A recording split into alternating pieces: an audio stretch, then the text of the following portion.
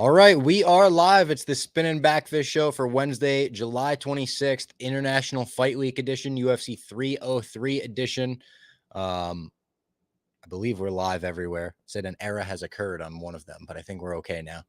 And hopefully our audio is okay. We are live, brought to you by DraftKings. DraftKings, the best in the business, and we are going to be talking about bets that we're placing on them this weekend on this show. Get ready for a night full of big fights and big action. It's UFC 303, and it can be even bigger if you jump all in on the action at DraftKings Sportsbook, the official sports betting partner of the UFC and Barstool Sports, of course. It's super easy for first-timers to get started. Try betting on something simple like picking a fighter to win. Go money line in the DraftKings Sportsbook app. Select your fighter, place your first bet. It's that simple. The light heavyweight title's on the line in the main event. There's so many more amazing matchups happening in Vegas. We're going to break them all down on this show. And speaking of amazing, if you're new to DraftKings, listen up. New customers bet $5 to get $150 in bonus bets instantly. Download the DraftKings Sportsbook app now and use code BACKFIST. That's code BACKFIST for new customers to get $150 in bonus bets when you bet just $5. Get that big fight feel only on DraftKings. DraftKings, the crown is yours. That's amazing. I mean, you bet $5. You basically have, like, if you're a bettor like me, you have payroll for the next couple pay-per-views there. You got some units to work with. Yeah, you got units to work with DraftKings. I am very excited for this card going out to Vegas first thing tomorrow morning. I'll be at the presser, and then UFC X. We'll have our own table on UFC X. It'll say like Barstool Sports, which is very cool. Shout out to the UFC for providing that. And yeah, Hall of Fame, Power Slap, Paige Van Zandt making her Power Slap debut. That was pretty unexpected. A lot of events going down this weekend in Vegas. I'm sure that's going to be all. I feel like we've talked about it a little bit. We obviously had Ortega on. Check that out. It was really fun. Oh yeah, good interview with Ortega. They did about as good a job as they could have, all things considered. Yeah. In terms of just replacing it, good fights. I mean, even that Jamal Hill, crazy that Jamal Hill and Roundtree somehow ended into Dolidze versus Anthony Smith. Yeah. The most random fight of all time. True. I mean, Dolidze has never fought at 205, I believe, in the UFC. I don't think he has. I don't think he has either. Yeah. Also, I don't understand why Smith's underdog. We'll get into that later. Yep. Did you guys see Poetan playing UFC against his son? And his son picked Anthony Smith to play against him. That's funny. So I feel like the kids out there, they're just trolls. They are. I feel like they're on MMA Twitter and like they're very aware of what people joke about. He was like, "You think I'm gonna lose as me?" Yeah. And he did knock him out. Also, Chael Sonnen's son. Did we talk about how funny Chael's son was, like in the aftermath of his fight and everything? Even before it, his son. We even have posted on Instagram these moments where it's just Chael's vlogging or whatever, and his son is just hilarious. It's Ricky Simone posted the funny story from the gym. Yes, it's like Chael's son cheating. Yeah, he was like asking Chael's son for advice in the gym. He's like, "Nothing's working. Like, you got any advice for me?" And he goes, "Have you tried cheating?" That was great. And then after the fight, he was like calling his dad out for sparring. He's like, "I feel like you should have gone a little harder there." Very funny stuff from Chael's son. He's going into the Hall of Fame this weekend, although he doesn't really like consider it that because the fight's going in. Well, it's got to be tough for him too, because it's kind of like this horrible moment, worst moment of his career, where he was like about to kind of defeat the boogeyman. He was 99% of the way there. Yeah, he's going to win the world title for the first time, and just fumbled at the very, very end. He was kind of like, you either go into the Hall of Fame or you don't. He's like, you're either putting Chael Sonnen in or it's like, whatever. I don't blame him for feeling that way. He also shaved his eyebrows. Did you see that? Yeah, it was weird. Crazy. Yeah, he's been wearing the glass over it. He said his wife or something they like just perfectly cover the eyebrow line. So DC's reaction is so funny. DC was like falling over himself, crying, laughing, and looking at him with it. He's like, "You got to keep those sunglasses on." I noticed he was in the videos he does on YouTube. He's wearing them the whole all the time. The last you have to. He looks so bizarre. Some people say, like, I know it's happened to actors who do it for movies. You shave the eyebrows off, they never come back sometimes. Oof. So you better hope they come. Well, back. Here's the one. It was kind of like half of it. Yeah. It was just kind of like the outside half was. I don't know how you accidentally eyebrows shave them are off. So important for just the face. Yes. You don't realize until they're gone. You look my friend, one of my best friends, the one that actually got married the other day. He did it in like senior year for like a scavenger hunt thing at the end. Yeah. Crazy. I mean, he looked like Patrick Starr. You You don't realize how wild, like when you have shaved eyebrows, it's nuts. Oh, and Anthony Soprano too. That's right. AJ Yeah. Soprano, he did it. He looks horrible. He looked ridiculous. Yeah. And Tony, he's like, what? I can't tell. What's wrong with you? Yeah. He's like, his eyebrows are gone, Tony. He's like, why'd you do that? Like, he's like I also had a friend do that for a scavenger hunt in high school. This kid Garrett wrestling. They take a while to go back. Yeah. A solid month plus. He shaved his head with it too, which made it even worse. Oh my God. I knew a girl who was like a smoke show, and she bleached them. Not even bleach. It was almost just like the same color as her skin. Oh and yeah. She looked just like, I was just like, you went that from became like a fashion trend 9.5 to like just not like I was just, that doesn't have a scale. like it was like I don't even know what to say. This card though, UFC 303, in terms of putting together a good card, regardless of all the drama outside of the main event, like the prelims and everything, it's a really enjoyable card. I think the prelims are underrated. Yeah, I think they're really honestly good. Ricky Simone, Vinicius Oliveira kicks off the card. The first fight of the night is pretty wild. Yeah, pretty wild. And even I really like the Gene Silva Charles Jourdain fight. I mean, Feely Cub Swanson's that's a great awesome fight. Yep, that should be really fun. I mean, there's definitely some fights to look forward to on the prelims. Piper's and MAB's a banger. Yeah, that Piper is amazing. Whitaker did the thing, which was awesome after the surgery. That was great. That surgery news was insane. Yeah, and I guess mouth. What it was is people were describing it. They were like, no, that's like I know it sounds like it's just like minor mouth surgery. They were like, no, that's a very serious thing. Sure. And it throws off everything. Like he was like, you can't do anything when you have it. How long? So they said it was the day before he went to Saudi. 2 weeks. So he was 2 weeks early. So it was 2 weeks before the fight. Crazy. And then also, not to like, we don't know the full extent of Hamza, but if he had food poisoning and Whitaker had like a mouth abscess and had to get emergency surgery. Yeah. It kind of takes away from the allure of Hamza, like this scary guy who can take down anyone. It's just like, except for as Colby said, he almost retired. He retired because of the cold. Did you see the video as Whitaker got interviewed after the fight of him talking about Hamzat after fighting Alex Caro? Oh yeah, and they were he was like would have gone differently. Like, Hamzat just been like, see you soon. He goes, like, he's like, where? You can't fight. He's like, he literally was laughing at him. He's like, where? He's like, if I'm in your side in your part of town, like he was like, where am I going to see you? You can't go anywhere. Like, he's like, what do you mean see me soon? Where are you going to see me? Also, the reporter that was like, how do you think this fight would have gone if Hamzat wouldn't have pulled out? You would have had to fight 5 full rounds. And he was like, I don't know, dude. He's like, if I had scrambled eggs instead of like bagels. And he said, he's at the big T line. He's like, if my grandma had a wheel, she'd be a bicycle. It's like it didn't happen. There's a lot of that. Even like on I made some TikToks about it, and everyone's like, Whitaker still like he was lucky Ikram came because Whitaker would have went through him. I was like, how do we know that? And he looked so good on Saturday. Like, I think he would have beat Hamza. I do. If he wouldn't have beat Hamza, I think he would have put up a fucking great fight against him. It would have been a war. I was prepared to bet Whitaker. I was really hoping. My mindset was basically, if this fight ends up in the 3rd round, Whitaker's going to win it. Yeah. No, I was very impressive. He made it look easy. There was some sick. His walkout was sick too. How they shot it was back shot. Pause. But the shot from behind him was so sick. That was awesome. I thought it was like, I mean, the card as itself was kind of like whatever. A lot of decisions. But then what's his name is suspended.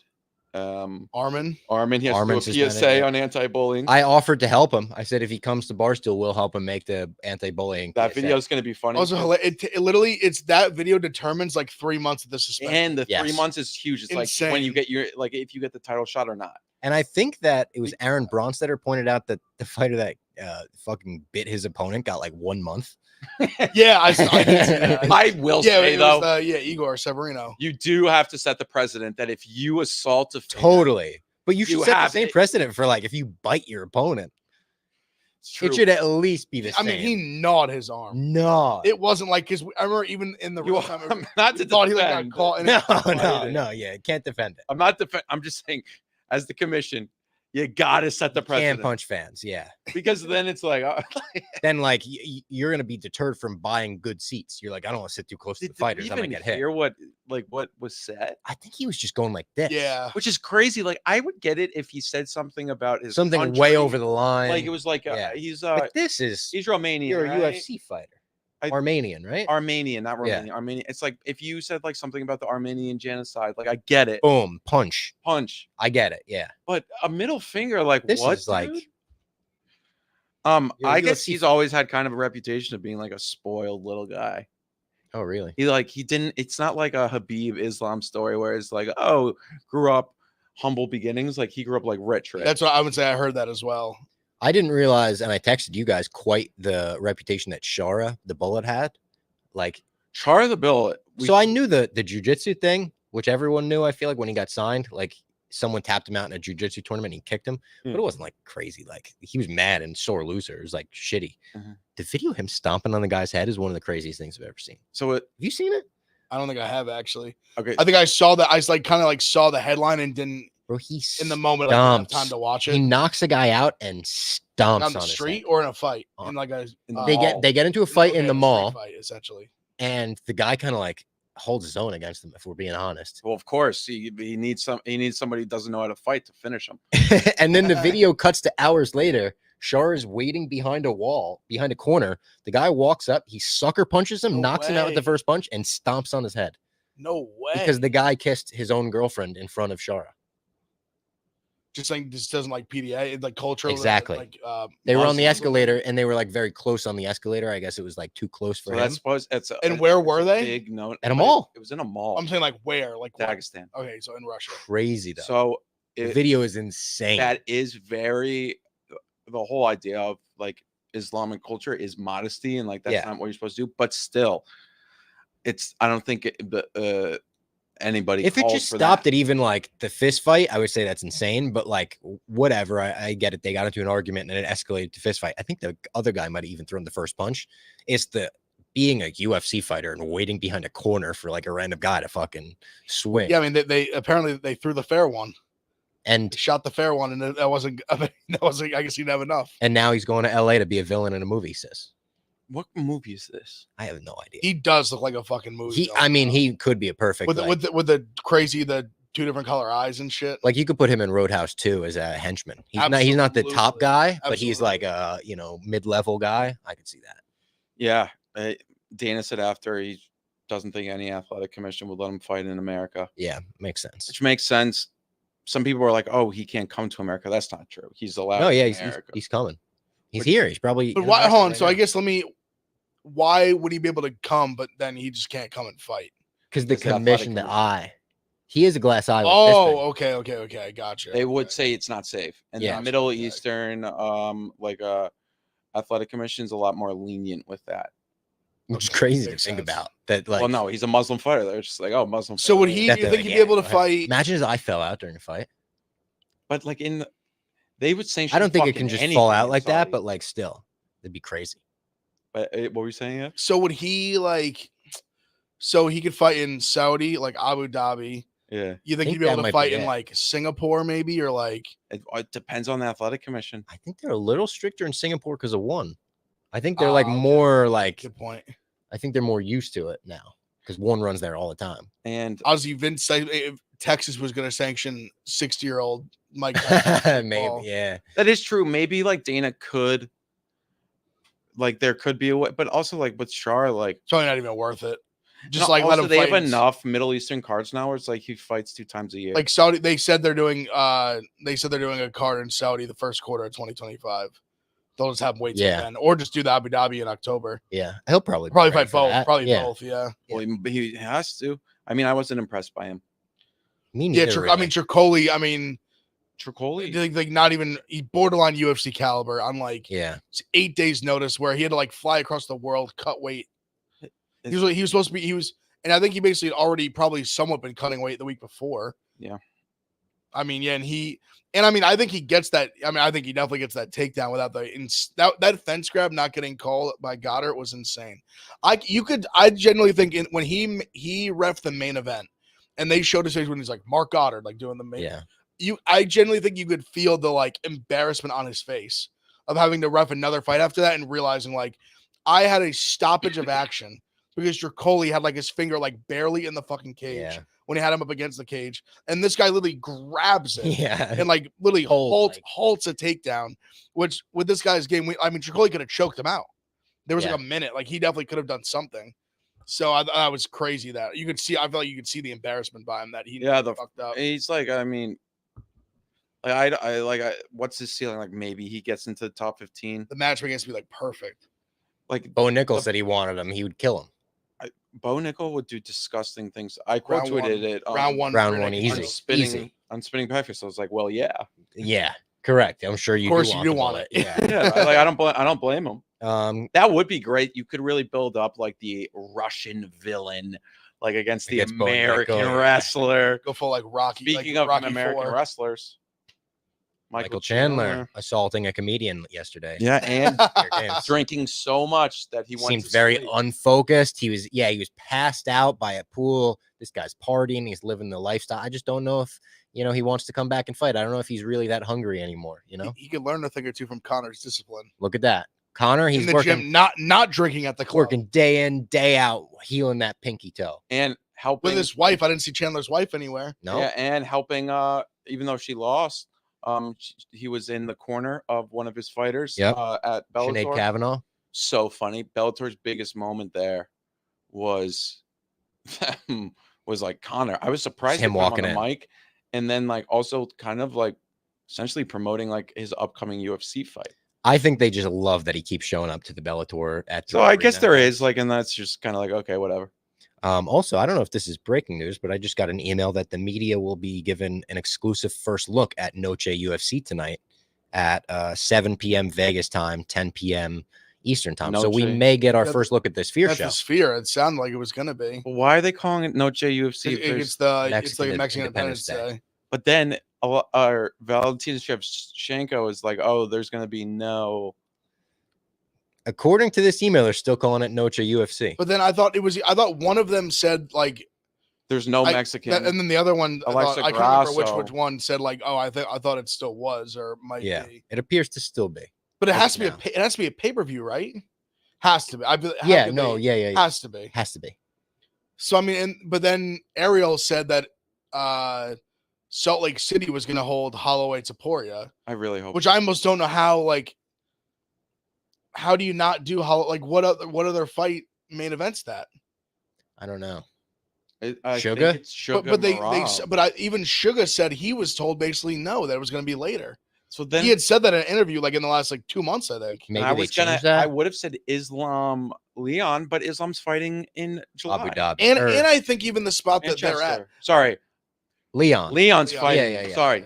And then Islam will probably just fight in Abu Dhabi. That's what I was thinking, yeah. Yeah, it just make the timeline lines up perfect, do like June and October. But I was just trying to think of exactly who could it even be? Are they going to be I almost think has that Ariel might just have bad info on this one specifically. Because remember, he also said that the O'Malley card was not in Boston.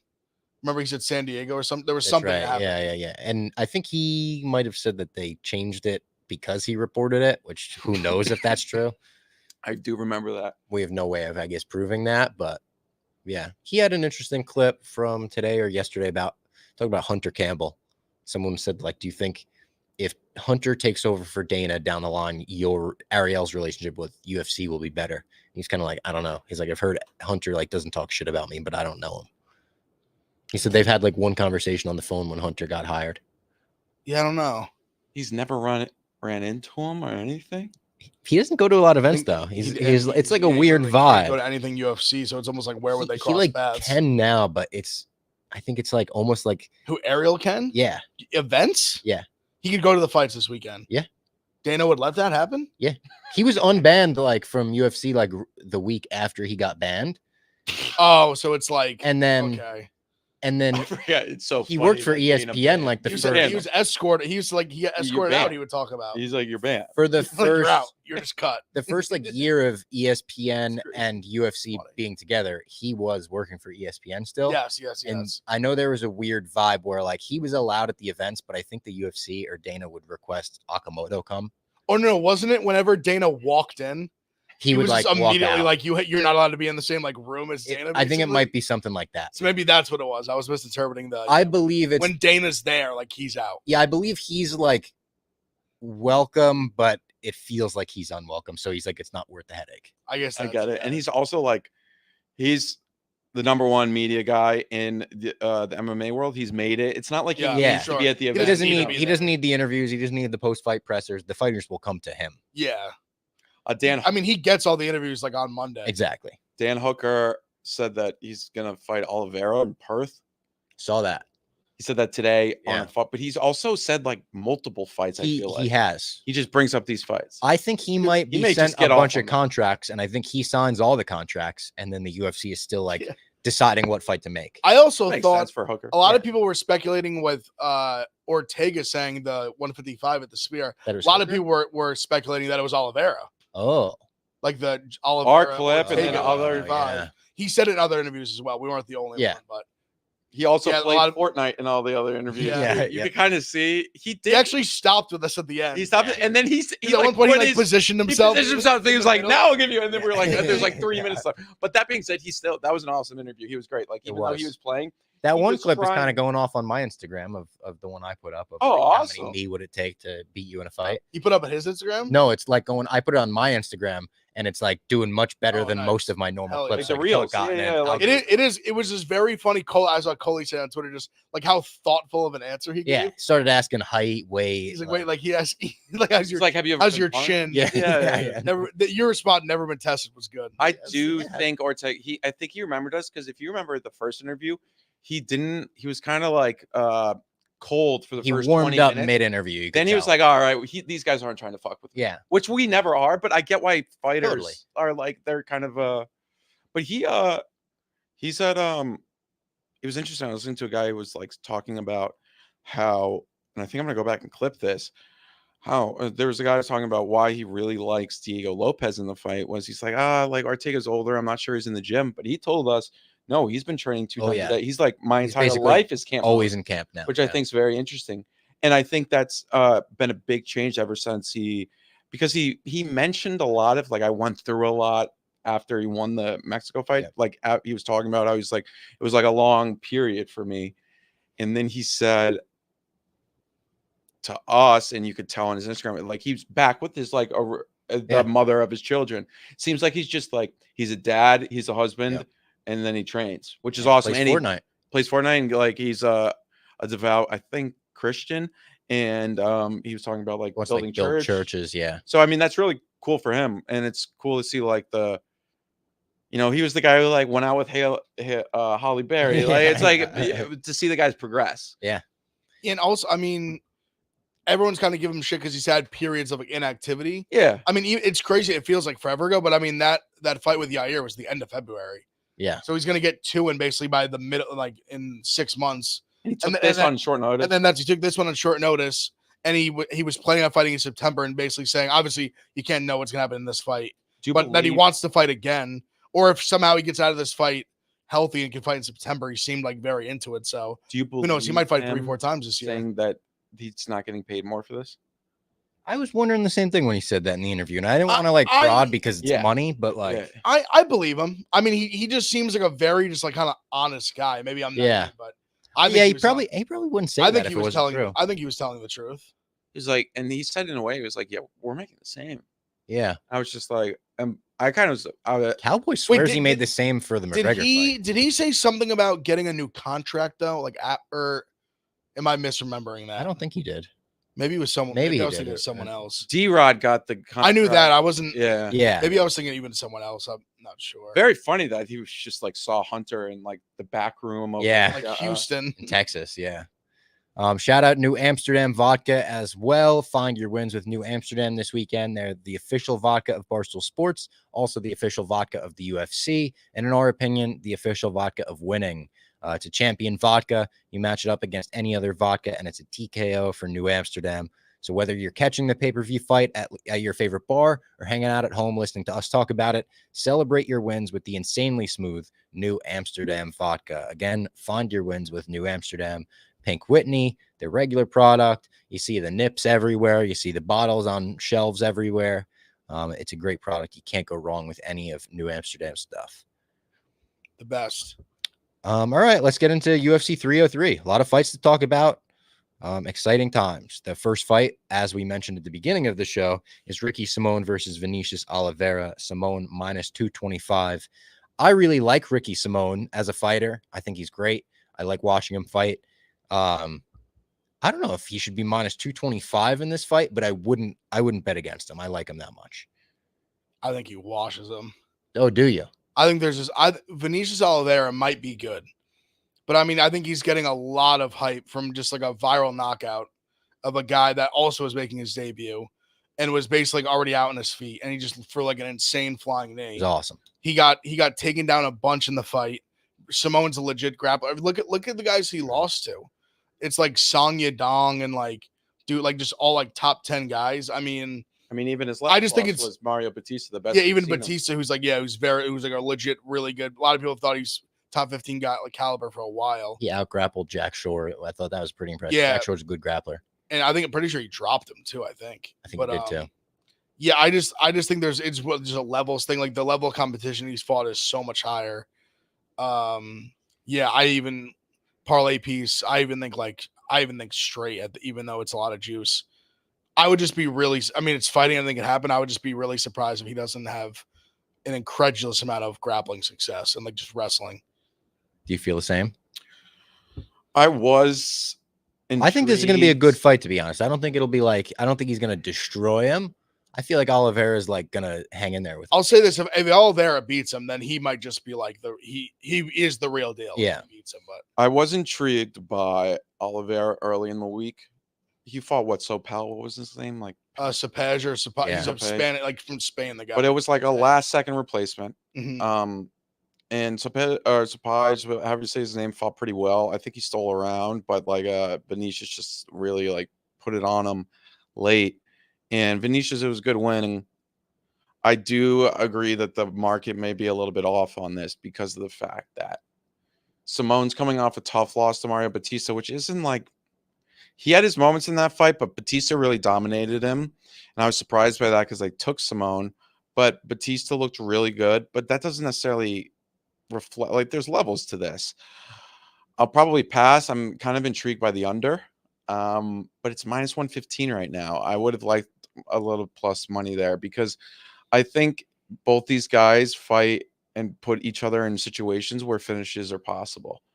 So that's where I'm at with that fight. But it's a great fight. I think it's a banger to start off. Very good one to start off. I'll be in the building for the first fight because I'm going to want to see that one live. Then we've got Ray Tatsura versus Carlos Hernandez. Tatsura is a road to UFC guy, and he's minus 485 in this fight. I hadn't seen his road to UFC fight. I don't really know much about him, if I'm being honest, but yeah. So he's an interesting. It's like Carlos Hernandez. Is this guy just, there's a new hype train that's, if you're like, instead of the OVs of the Russian, it's like almost like, oh, if you're a Japanese fighter that came from road to the UFC, you must be amazing. Even though we saw the road to the UFC final on Saturday, that was just, it felt very so sloppy, just a sloppy fight on both sides. Carlos Hernandez isn't that great. He just gets fed to Japanese fighters. Tatsura Taira knocked him out. Now but we'll see. I think Hernandez may be worth a stab. I may get there, but I'm not taking this Japanese guy. I mean, guy's only got one decision, 8 finishes. So I was thinking maybe fight ends by KO. He's got a lot of ground and pound finishes. Round 2, round 3 KO. We'll see, but. Yeah, this guy needs to prove it a little bit more. But Carlos Hernandez isn't the best of competition. I think he has some decent boxing though, but I may be misremembering.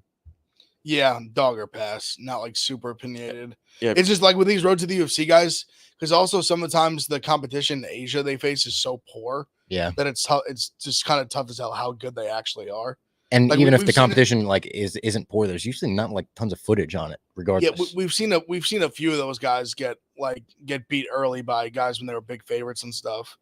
But yeah, probably just like a small play on Hernandez or just nothing. My legs are just ghostly white. Just noticed how white they look on that camera. The camera adds, 10. The camera, 10 but not the lights are. And then the brightness of that TV. People always bright, look white. Like even when Casey would be in here, unnecessary roughness, she'd be like, I thought I was tan. I look like pale. I was like, no. I know. I don't need this. Knee is like translucent on there. I don't need that. I need all the help I can just get. in Klummer's legs on Pick Central. Oh, I saw. Well, got him a lifetime contract. True. Andre Arlovsky. Speaking of lifetime contracts, Andre Arlovsky versus Martin Boudet up next. I love Andre Arlovsky. He's a legend of the sport. I would love to see him go out on a win here, but I don't think he's gonna. I think he's done. I really do think. He said what? 3 straight losses? 4. The ride is over. This is where I like a play. I just type in to see the odds. Ricky Simone Boudet parlays minus like 105. I like it. I like that a lot. I might play something like that. This is just it's time to get off the ride, Arlovsky. I know you want to go for another go around. It's a $300,000.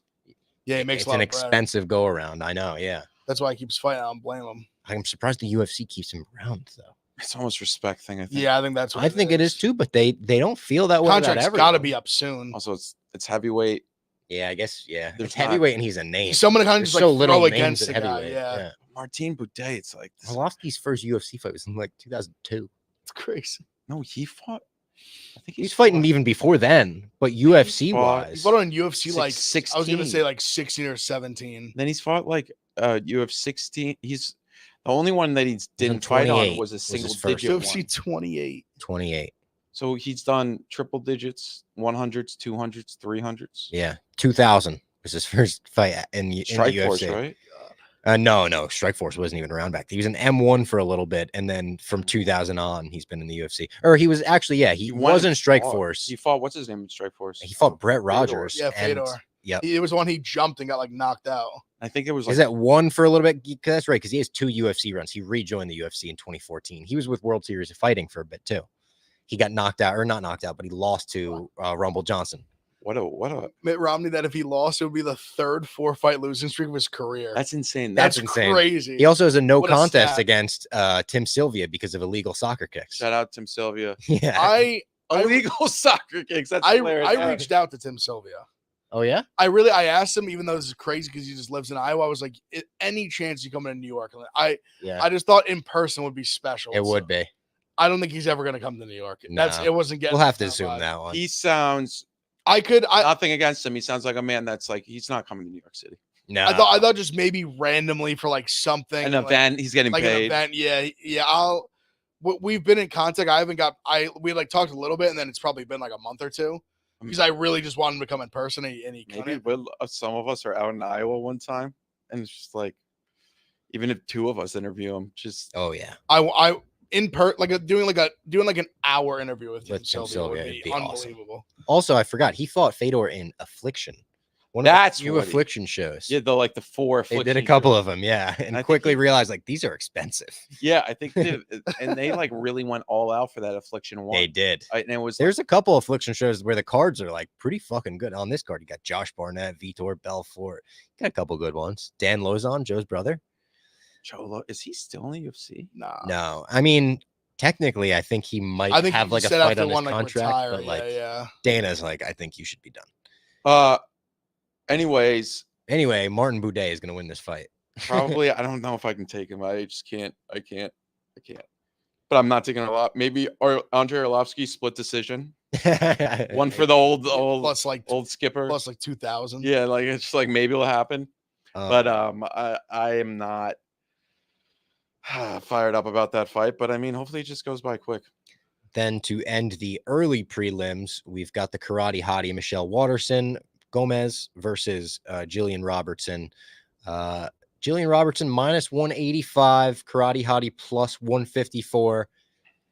It's just like, what happens if Jillian Robertson can't get the takedowns? I know, yeah. And like I kind of like the karate hottie in this fight. I feel like it's a good matchup for her. And I don't want to be disrespectful, but a good matchup for her is a little rare at this point in the division. Also, she doesn't have that many submission losses. Like, I think Marina Rodriguez did submit her, or maybe it wasn't her, somebody else. But I feel like Jillian's win equity is very much so her phenomenal ground game and getting arm bars, getting people down. And I think like the Karate Hottie's pretty good at that. She has pretty decent takedown defense. And then after that, it's like her striking's always been pretty good. Lemos was the one that Lemos, sorry. And Rose, that's right. That was Rose at the Lemos wasn't that at Long Island? Yeah. Ortega and Rodriguez. I had Lemos by sub 14-1. That was right. That was early on the card too. Yeah. That was I just had an unbelievable day that day. Because I had Schnell. You had Jacoby. I remember that at Jacoby big. That was just like a great betting day. Those have felt rare. Didn't you have was the Iron Turtle that day too? No, I don't think he fought that card. Maybe a different card. Iron Turtles had some phenomenal. Yes, he had some. Yeah. He's come through big for the fellas a couple times. But yeah, I like the Karate Hottie too. I think she's more well rounded. Yeah, I just think, and I agree. Like it's kind of Robertson doesn't just take her down. It's definitely better on the feet. What's she gonna do? Peyton Talbot, UFC emerging star. Peyton Talbot, Caleb Williams of the UFC, takes on Yanis Gamori. He's minus 1,600. Those are Ronda Rousey numbers. Did you see Peyton Talbot skating with Tony Hawk? I did see that. That was cool. Yeah, pretty cool. Yeah, Tony Hawk seems like he skated with like Darby Allin, and he's like friends with Darby Allin now. He seems very like into this world almost. Okay, cool. Which makes sense because like skating, especially what he does, is like kind of an extreme sport. Totally, and like he was on the cutting edge of the sport becoming big.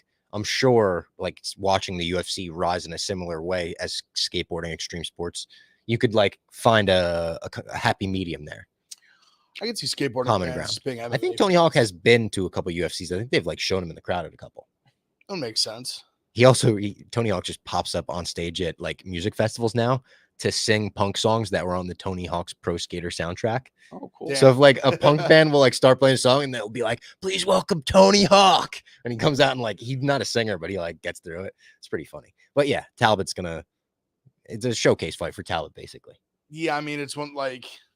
Obviously not betting on mine. Feels like a boxing fight almost, where they're like, "This is the new star. Like, check him out." 1,600. Yeah. I mean, I think I just feel like he's like Simon. I thought was a tougher fight than this. Oh, no doubt, no doubt. I don't really sure. I mean, yeah, Talbot probably by like second or third round knockout. He could knock him out right away. He might be. Third. He might. I will say. I think the his speed minus 180, 1.5. That's the kind of maybe even just go. Yeah, it's the over. Let me see what you get the under 1.5 plus 40. Not the worst play. Yeah, over. It's tough. I just feel like I'll be curious to watch because I think you're gonna see something like crazy happen. Yeah, I hope we see. Like it's Talbot. I think after this one, like you got to get not like he doesn't have to go crazy like top 15, but you got to start. The fight should be going like higher level of difficulty, not easier. Yeah. Charles Jourdain versus Gene Silva. This is a good fight. I like this fight a lot. I like it. Gene Silva had the fight canceled last time, like pretty late notice. Yeah, I forget who the fuck he was fighting. He was to fight someone decent too, someone like pretty like respectable. And it was not too long ago, right? It was recent. It was somebody respectable. It wasn't Jourdain though. It was. You're about to tell us. William Gomez. There we go. So someone that has like UFC wins. And that was May 4th. Yeah. So pretty recently. I'm torn. I kind of want to go with Jourdain because I just trust like the experience and the like just the level of fighters he's fought. Agreed. Gene Silva's with the Fighting Nerds who have been on a nice little run here. What's their run? It's like they have a bunch of guys that are like they have with the glasses. I know. Yeah. Kaio and they just did a thing on it. There was like a few or like Mauricio Ruffy. Yeah, who fought on that guy. Like he's a Fighting Nerd guy. There's someone else too. Like they have like a few. Like Bruna Brazil, who's fighting Molly, I believe. Right, yeah, she's a Fighting Nerd. So they have a nice little like not even research, just like what is a surgeons? Yeah, a surgeons into the. It sounds weird. I'm dumb. But the fight's almost a pick 'em. Jourdain's minus 118. Silva's minus 102. I'm definitely leaning Jourdain. I don't know if I'm gonna bet it, but Silva has a lot of power too. I think I saw Jourdain fight. Jourdain's pretty well rounded though. Jourdain's tough. Yeah. Jourdain, we saw fighting the most historic fight in UFC history where somebody forgot that he was allowed to punch. Correct. Against Kron Gracie. Yeah. I bet Kron Gracie in that fight. Worst bet ever. Oh, how could I forget? Thank you, Abraham Azura. My guy Carlos Prates. Of course, like the newest member of Big Ev's team. My team. Yep. Why? When did that happen? I told before his fight, I said if he did something special, he was like on watch. He was on watch, and he delivered. So now he spoke. And then he smoked a cig after, which was unbelievable. That was great. Yeah, when I don't know why I thought Carlos Prates. I thought it was that Peruvian fighter who Claudio Puelles. Yeah, who just lays on the ground. When Dan Hooker killed him with like a body Dan Hooker was minus 140 against him. Yeah, that was nuts. What the fuck? There's some crazy lines looking back on. I don't have the best read on this. I have to do some more research on it. My gut tells me Jourdain, but then again, he's like a guy that's always lets you down. Yeah, he just lets you down. Cub Swanson versus Andre Feely up next. Andre Touchy. Billy's here. We just talked about Hot Billy. Let's go. Billy. Let's go. Oh yeah, shout out Vibes guy Ev. He says. Facts. Dave called Ev one of the best Vibes guys at Barstool. Said always love when Ev is around. That was a great clip. Yeah, it was good. Great to hear that. Played in a loop a few times that day. Yeah, I would too, definitely. Andre Feely minus 245, Cub Swanson plus 200. I wouldn't lay minus 245, but I'm also starting to feel like it might be past Cub Swanson's time. And that pains me a little bit because I really like Cub Swanson. I really like the under here. I don't hate that. I kind of like a shot at Cub, to be honest. Do you? A little bit, yeah. I think the line's wide, in my opinion. I remember not loving him in his last fight. I just feel like this is a fight where I just feel like it's going to be close. Like I just feel like it's going to be a close fight on the feet. I don't hate the under because they both have power. Hakeem Dawad or but it was the awful decision. I didn't like him in that fight. I didn't like him in the Jonathan Martinez fight either. I think Andre Touchy-Feely throws. We saw it against Nathaniel Wood. Throws bombs. Yeah. And he also has the ability to get knocked out. But Ige's a different animal. I know. Like Ige is much, much better than Cub, but he smoked him. But I kind of like that shot. What's the under? I think it's plus 110. Minus under 2.5, minus 120 right now. I don't hate that because Feely definitely is. And at this stage in Cub's career, he definitely I've seen him fold the lesser, some body shots. He's had tough competition though. Looking at his record, like he went on a 4-fight losing streak, and it was to Brian Ortega, Frankie Edgar, Renato Moicano, and Shane Burgos. And the Burgos fight was a split decision. Then he lost to Giga and Jonathan The Martinez fight wasn't as good. Giga was the body kick. Yeah. Up next on the card, we've got Joe Pyfer versus Marc-Andre Barrial, MAB. Joe Pyfer minus 300, minus 298, MAB plus 240. That's probably right as well. That's one where I think Pyfer's probably going to go in there and roll. Yeah, I think Pyfer should get a knockout here, but it's another one. Like if he doesn't early, this one it's tough because it's 3 rounds where like the last when you saw him, not what I would consider like fraud check for Pyfer, but get like big step up and lose. Was he won early and then just got dominant over like 5 rounds, got picked apart. Where I don't know, like the fight being shorter. I kind of want to be like dog or pass, but I also feel like he easily could just die in like 2 minutes. I wouldn't bet on MAB in that fight. I may be getting sucker, but I really like Pyfer KO 1. I don't hate it. Like he goes in there and just kills him. Yeah, that's why I'm kind of like I don't think I'll bet MAB. And then the main card. Kicks off with Ian Machado Gary. I can't believe he should have pulled out in solidarity with McGregor. It would have been so funny. I thought there was a chance he was going to be like, nah, I'll wait for McGregor. He can't afford any more bad press. Right now. He can't. The glazing. Jesus Christ. I'd rather not feed my family than stand with McGregor. Yeah. Well, Michael, the nutritionist can feed the family. Oh, no. Wow, Jack. He takes on Michael Venom Page. Ian Gary minus 150, Michael Venom Page plus 124. When MVP came into the UFC so high on Holland in that fight, I was like, and I really like MVP. I've interviewed him, such a great guy. I think he's an exciting fighter. The way he celebrates with the fucking Thanos glove, Chris Pratt and Bellator. I loved everything about him, but I was like, it's way too big a step up in competition. Then he like blew me away in that fight. The way he kind of picked apart Holland and style's just so hard. It's tricky. It's real tricky. I think he could have been right when initially asked about the Wonder Boy fight. He said, I think it might be a boring fight. Like, I'm going to be honest. I think there's a chance that this is going to be a boring fight because their styles are a little similar and like the rangy technical striker style. but I kind of like Michael Venom Page in it. I'm the same as you, Bob, where I came in, I was so high on Holland in that fight. Obviously was wrong. I'm afraid it has me like kind of like messed up here where Ian, I don't know if Gary's been given credit enough for like how dominant he's been, at least in the fights that he's had like so far. I'm so torn because I also agree with you where I think it's gonna be boring. I think it's gonna be really close. Yeah. So it's almost in that if that's my mindset, why would you not take like MVP with the plus money? Yeah, so I'm like someone via decision. Like I don't think someone's getting finished. But I bet I could be wrong. I was gonna say the over, like over 2.5 minus 210. Like I actually like I do think it goes the distance. I probably wouldn't lay minus 210 on it. Yeah, I think I will say I think Ian has the power to shut his lights off. I think he does too. I think he definitely has the power to. But I don't know if he's gonna be able to connect. Yeah. Because Michael's like that's what He's Holland, in and out like crazy. Holland's like, and then it's very frustrating. Now I will say Ian has shown throughout some fights that even when he has bad moments, he's shown the ability to bounce back. Yeah, I mean he got dropped in that one fight. It looked like he was going to get knocked out. And then he learned from it, and he was up against the fence later in the fight, and the same when Kenan Song threw the same punch, he got out of the way, and then ended up knocking him out. That's impressive to me, specifically for this, because I think there's going to be some frustrating moments in this. Yeah.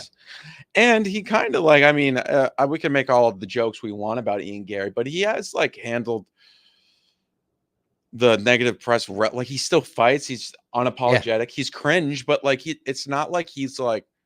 He handled it well after the last fight too, by calling out Colby. It seemed like he knew what he was doing and like calling out the one guy that fans might be on your side against. And I think he still has all the confidence in the world, but I'm kind of with you guys. I kind of look at MVP plus money and I'm a little bit intrigued. And also hearing Gary say this week, I have nothing to gain by fighting MVP, which I think's wrong. He's wrong. Yeah. he's a legend of the sport. And it's not even like he's washed either. It's just no. And like, he's also like the exciting new guy for the UFC. People are talking about him like that. And MVP's a big deal, specifically in England. Yes. I kind of get what he's saying just in this, but I think he has to take it in the, like the division's in a weird spot where there's kind of a lot of contender with like, what's happened with Bilal fight. You have Shavkat right there, like JDM's in front of him. You have multiple young contenders that are just clearly in front of him. And even though he just beat Jeff Neal in like a kind of like a whatever, like not the most like exciting fight, not the most exciting dominant decision. I have a name that I really want him to fight. Oh, so we can bet, not Ian Gary. American Sean Brady. Yeah, I want to bet. Yeah. I would bet Sean Brady in the fight for sure. I think he'd sub him. He might. Well, I mean, that's the thing. We haven't seen him fight. We saw him fight Neil Magny, who he's a Can grapple. I don't consider him this. That fight was so frustrating to watch. That was in Boston. Gary should have finished. He was. I mean, he was kicking his legs off. Yeah, I don't. And even Jeff Neal had his moments. Yeah, I thought in that fight, but he just was too long. But even with the Holland thing, like we've seen him, like obviously he struggled a lot with Wonder Boy. Mm-hmm. So like he just struggled with kickboxers. So I don't know. There's part of me that's like maybe Gary does like, I don't think like schools him, but I agree with Jack where like it wouldn't be the most shocking thing in the world if Gary just like caught him and just laid him out. And also if MVP wins this, like UFC, like he's like he's got a big ass fight. Yeah. A big fight. Who do you think they give MVP if he wins? Would they? I honestly think they would try to make the Wonder Boy fight again. I know maybe I'm crazy for saying that. They want to give him Shavkat, right? I thought maybe JDM. Maybe they give him Shavkat. Because I almost don't think they'd destroy him. I think he would too, but I think JDM would be the fight to give him. Shavkat still needs a fight, but yeah, I agree with you. But I think you go Shavkat Usman if Usman's like willing to take it. Yeah. Usman Shavkat is the way he tweeted that stuff. Because I don't think even though JDM called out Shavkat, and I respect that because no one's doing that. To me, if you're Dana, you have two incredible young contenders that are both big time finishers. Like, why would you have them fight each other? Yeah. When like they almost got like consecutive title challengers, or if Shavkat say he'll get the first crack, and imagine he wins the belt and like have them fight. That's an amazing, it'd be good big fight. Like I think at MVP wins, you go if you really want to basically put him in a borderline number one contender fight or like one away. Wait, who did Piper lose to? Jack Hermanson. Yeah. Could you fight Hermanson? That's 185. Oh yeah, what am I saying? Sorry, 170. I'm so bad at that with the. They both. It's because they both are kind of in this weird spot. They both have a bunch of guys that are like right there. Yeah. Shavkat deserves the shot if he doesn't. I'm saying he deserves the shot, but I was just saying, would they give MVP to him in the meantime? I think Shavkat Usman makes more sense. Yeah, Habib. Y'all forgot MVP lost to Mike Perry. Good point. It's bare knuckle, but good point. That did happen. It was a great fight, actually. True, yeah. It was a crazy back and forth fight. Kind of respect MVP the fact that he even just did that. Yeah. No, MVP's a baller. Yeah. MVP's great. Anthony Smith, or no, sorry, skipped a fight. Maria Buena Silva versus Macy Chiasson. This is a pick 'em minus 110 each. Is Macy Chiasson just good? She is, but I think Maria Buena Silva's better. There's some crazy line movement. It was plus 170, Macy Chiasson. Oh, it was really. Now it's like minus 115. I don't think I can get there now. I like Maria Buena Silva in this fight. Maybe I'm crazy. She may suck. I may think she stinks. Who, Maria Buena Silva? I'm not crazy about either of them. I'm not crazy about this fight being on the main card. Why is this fight on the pay-per-view? I know. I think this is weird. Why the fuck is this fight on the pay-per-view?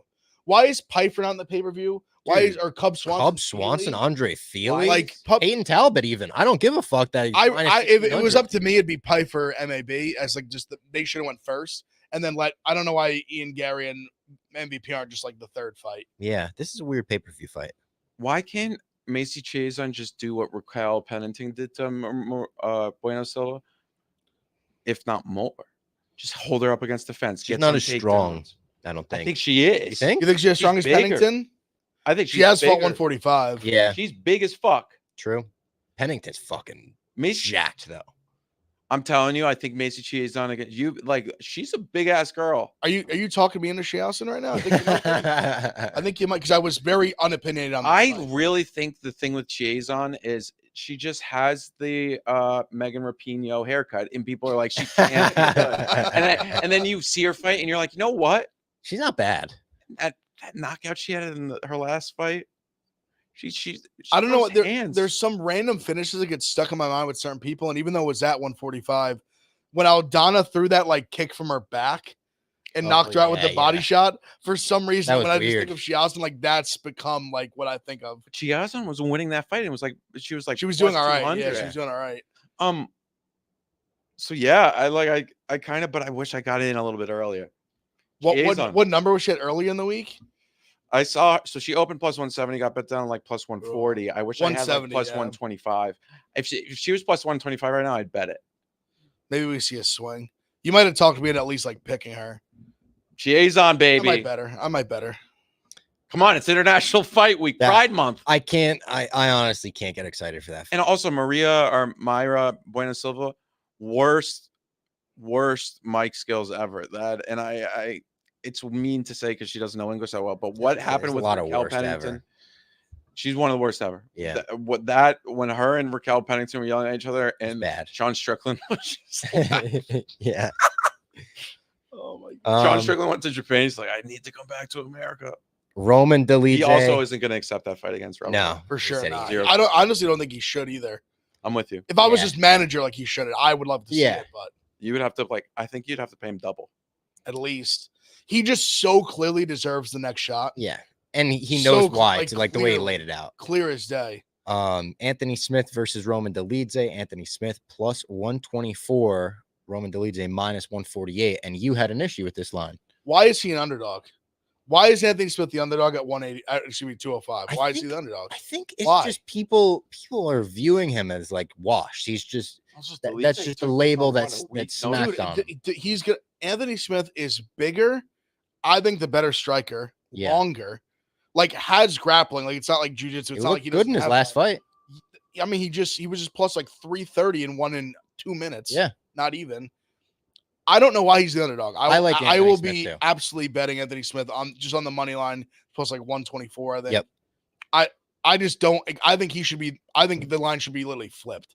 I think he should be minus 150. Listen, 145. I agree with you, and I think everything you said, I don't get it. Second it. I truly don't get it. And I also think he's kind of in this he has some momentum now. That's what I'm saying. He said this fight lines up perfect. He'll call out Poatan in the post-fight speech, and then they line up perfectly. Let's go. Lionheart. It's so funny how it was like we're not too removed from Anthony Smith being clowned for calling Poton. Now we're like 2 fights away. 2 fights away? Yeah. Now, but if he gets a win, who do you think he gets next?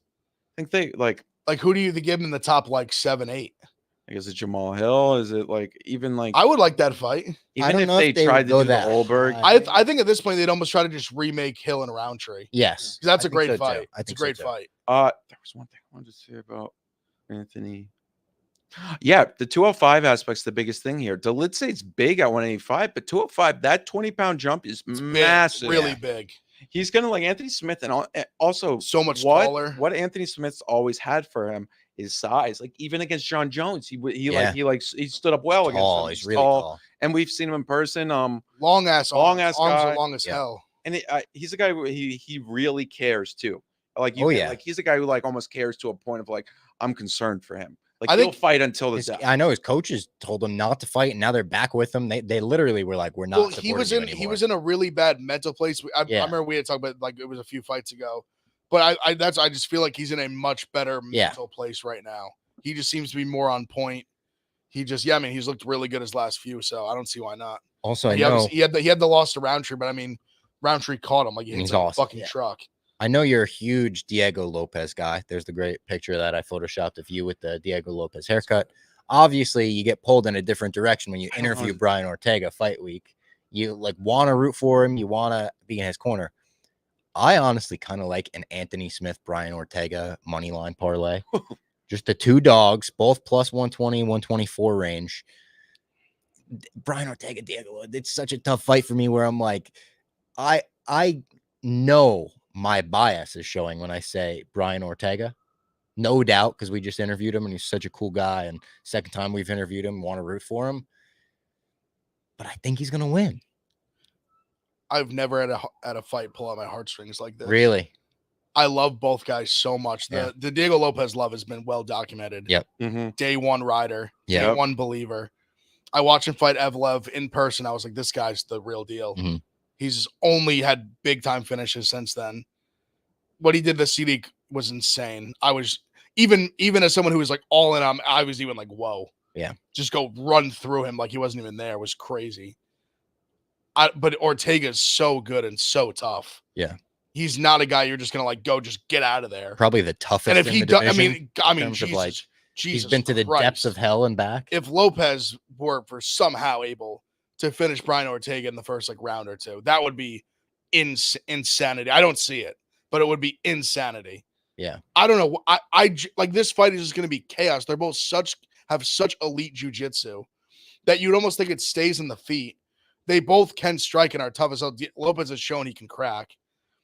And Lopez has shown that he can fight 3 rounds 100%. Dude, Evlov was on like 5 days notice. He brought him to he almost had him in knee bars, arm bars. Like, he made Evlov like fight to the death on 5 days notice. Who's like, what was the boogeyman? Yeah. He was the guy literally after the 300 saying like, give me that fight again. No one wants to fight him. He's like, I want that fight back. He'll fight literally anyone. And Ortega, I do think is the same way. And Ortega's been so good to us. Both interviews were awesome in person. He was great. This is such a hard one because even thinking about it from like, you're talking about Vinicius Oliveira and Ricky Simone, how it was like, oh, Ricky Simone just had this tough loss. And then Vinicius Oliveira has this viral KO and the market's reacting this way, that way. And then here we have Ortega who's coming off this big win, but it's Diego Lopez. He's just all the hype's behind him and rightfully so. But is it too much hype? Are you getting a bad price on him? Should this more be minus 110, minus 110? I don't know. I kind of think of Ortega. Then I'm thinking in my mind, okay, what's preventing me from betting Ortega? I look at Diego Lopez and close my eyes and envision Diego Lopez coming out there and starching him and everyone, and it's the moment of the card. But then there's also the part of me where it's like, okay, Ortega can survive early. And people were pointing out how bad Ortega looked in the first round against Rodriguez, but also that ankle, I think, was a big deal. He brought it up that he said mentally he was fucked, and then he was thinking only about his ankle. Yeah, that threw off everything. And Yair, although I'm a big Yair hater, still amazing striking. Yeah. So this is one of those matchups that you talk about that Joe Rogan's like, I can't wait for this one. Amazing fight. It's amazing. I may end up on Ortega. I don't know, but like I've been wrong about Diego Lopez so many times. I bet Pat Sabatini. I bet Sadiq Youssef. I did bet him against that sick submission he had. Gavin Tucker. That was sick. Yeah, I had submission there. I feel like the two guys that I always bet on both of them. Ortega's just like, I always how do you not take him? I always bet Lopez. I don't know. And these are guys. Anyone, I would just bet them almost. Just hedge against yourself. Bet on both of them this fight. I'll just take a loss. Yeah. And then round 2, round 3, Ortega, it's like take that. But then, but Lopez has shown he's a gamer. He could fight for fucking 15 rounds. And same with Ortega. This could end up being just like no time limit on this one. They should go old UFC rules. Just no time limit. Let's see who wins and how long it takes them. I think this is like one of the. I know it's on short notice. One of the best matchups of the year. I think so. Like one of the most exciting fan-wise. I would say, yeah.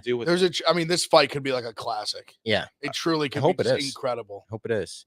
And the next Ortega's fight bleeding, dude. I don't like. I feel like a second round, and then Lopez like gets caught by Ortega bomb, but like he survives. It's like, oh my god. I feel like she's a pussy, like not giving a pick. It's still early. Yeah, maybe one will come to you. Like I've been on record, like when I talk about Lopez, it's we. Yeah, but sometimes you've also been on record. I feel like you just gotta ride with him. You get the epiphany right before walkout. I feel Ortega's my guy. I can when these guys. I don't know. I just really like Ortega as well. So, God, man, this one's like what? This is the fight I like. This is the only guy I didn't want him to fight because I like Ortega so much. Yeah, like this is the fight after the Youssef fight. This is the fight like we were calling for. Mm-hmm. Like we want #1 contender fight, big fight. This is it. We'll fight anyone. And also, I think. And people will probably call out for it, but he deserves to say we. He's been on the ride. He's been on there. I love that guy. I might have to post the picture with the this next one, the main event, guaranteed fireworks once again. Another time that these guys were called to fill in, and they answered the call. They were filled in for. Was it 295 at the Garden? The greatest signing in UFC history. Outside of like McGregor and whatnot, like late in their careers, he's probably the best in the last he's up there. Yeah, in the last 5-10 years. As far as hyped prospects that came in hyped already and then delivered on that, it's like him and Gaethje and Chandler, I guess. Chandler's a good one. Chandler's good. Yeah, Gaethje's a good call though. It was a little earlier, but he have a lot of success. World Series of Fight, everyone loved him. Poatan was hyped, but it was also a little bit like people were like, some people bet Michaelitis in their first fight, like plus 200. A lot of people just viewed Poatan as the guy who knocked out Izzy and is coming for Izzy. Yeah, and he was just like Izzy's villain, and now he's his own guy for sure. He's minus 130 in the fight against Yuri, the rematch against Yuri. Line surprised me, to be honest. I feel like Poatan should be minus 200 after that first fight. Yeah, I would love that. I think but no, we're Yuri. You're on Yuri? Yeah. Are you on Yuri? He just needs to make sure there's no black magic. Don't tell me you're on Yuri. Yuri's the right side. He's probably going to get knocked out, though. I think knocked out in the first round again. That's exactly how I feel. I think Yuri, you're going to look at this fight in a round and a half, be like, damn, Yuri's doing this thing in the pink. Yeah. That's what Pereira does. Yes. That's just what he does. But at the same time, there's a lot of argument. I'll make the Yuri case. And Poatan, as great as he's done, he's older. He obviously isn't well rounded with the grappling, but Yuri's not going to grapple. I don't think he perfect matchup for Poatan. Yuri was doing very well against Poatan early, but all just bink. Yeah, and that's how it goes. Like Yuri said this week, Poatan's involved in dark magic that allows him to win, and he wants to make an agreement before no magic of any no magic. It's because he's like, will you call off your fucking spells, dude? But he was also saying that's almost implying Yuri has black magic as True. Well. He's like, yeah, I'll hold mine back if you hold yours back. They have fucking Alakazam. They've just match made Poatan so perfect. Yeah, guys never. They have, but he hasn't faced anyone that can grapple yet. But also, I feel like everything's just fallen perfectly for him too. Yes. Yeah. Even going up to 205, then like Jamal Hill was there, and then Jamal Hill got to fight Yuri and then Poatan, and then Yuri and then Jamal, 2 strikers. I will say this is such a fucking sick matchup. And I understand we're gonna get the face off again. We're gonna get the entrances. Everything about these two together is perfect. And I also think the hype on Yuri is a little bit higher than it was when he was coming back from that injury. And Potan's a fucking superstar. Yeah. People Headline love. He's gonna get UFC such a big 300? pop. What the fuck? Yeah, Like, that's crazy. And he's the guy. Like headline, when I tell MSG, my friends this 300 International Fight Week, like that 3 MSG, UFC 300, and then International Fight Week is like the 3 biggest possible headlines you could ever put a fighter in. It's crazy. I just looked at this fight to end by knockout, like either side minus 400. Yeah, it's ended because Yuri could absolutely starch him. And that's perfect matchmaking for a main event where like you needed a good replacement. You basically put a guaranteed knockout. I think I'd be surprised if there wasn't, for sure. Yeah, and if there's not, it's probably a 5-round classic. Because Yuri's a wild man. Like he's gonna go in there and he with his hands down and jumping back and forth. But in that clip from earlier this week, he has his hands up. All of a sudden, he's like new fighter in law, mystical fighter. I can't wait for those two, man. The other ones are great. Imagine he just goes in there and just truly tries to grapple him. It'd probably be smart. He just like rear naked chokes him or something. Just takes his back. Like Yuri has. Believe he has some subs on his resume. Like he's not obviously we have the Glover, but I think even before that. What do you think his crowd reaction is going to be like? Do you think he's going to get booed? Maybe Yuri. I don't think so. Poetan's going to get crazy. Poetan's going to get crazy love. I think Yuri. It's one of those where I think they're both fan favorites. Poetan a bigger star, but like even people love you. I don't feel like Yuri will get. Maybe I'll be. I think it'll be out of pure love for Poetan. It'll be less like about like. Boo, we don't like you here. It'll be more like we just not on your side. The only thing I see that neither of them are American. No. So that angle doesn't exist in the fight. If that was the case, I would probably feel like both countries aren't or that way to like America. Like it's Czech Republic and Brazil. It's like they're both. One of them was Russian. I don't think feeling one way. Yeah, I don't think Yuri's gonna get booed. I think he gets cheers, just less. Trump gonna be there. This is basically Trump's whole campaign at this point. I will say he may go because he just is like it's the easiest campaign ever for him. The first debate's tomorrow, right? The first debate is tomorrow. Coming off the heels of the debate, he'll show up with a title or something. He'll be like, "I'm the champ." All right, that was UFC 303. If we got asked to make a parlay. Oh yeah. Let's do it. Let's make a parlay. So maybe under 2.5 in the main event. I don't hate if we want to do it here. But then what do we do with Ortega? And I think we have to leave that out. Leave it out. Are you guys interested? Are we to go put Anthony Smith in it? Yeah. Get like some dog money in there. And what if we do Anthony Smith? Under. Do you want it? Would you want to do the under in the main event? And you guys like Yuri? What if we did? How about this? It's the feature. What if we did something in the Piper like under 2.5? Or if Jack, if you like Piper that much, I would be willing to do. Piper inside the distance? Yes. Or here, I'll look. Yeah, Piper inside the distance is where is it? Plus 100. I'll do that. So it's gonna be good. Piper inside the distance. It's already and then right now I have Piper under and then Anthony Smith is plus 619. If you wanted to get crazy though, Piper the under in the main event, you're saying under 2.5. Yeah. Under 2.5 in the main event. Yeah. I like that. I mean, that's already plus 617. And then you want to get crazy, Macy Chazon. No, I don't want to lose. If the night starts with a loss because of Megan Rapinoe, like I'd be. I like that. Piper inside the distance, Anthony Smith money line, and under 2.5 in the main event. Yeah, I'm into that. All right, there you go. I could do that. That's the spin and back fist parlay. Look for it on the DraftKings app this weekend. We'll definitely tweet about it. I'll send this over to Jack McCarthy. Phenomenal stuff. This is I'm excited. This is gonna be fun. I'm excited for this card. I think it's gonna be good. And I know it's supposed to be for McGregor, but they would have been better. Happy. Definitely would have been better. With McGregor, the 2 fights they put in were legit. Oh well, Chandler had to go drink and do the beer games. Literally. All right. We'll talk to you guys later.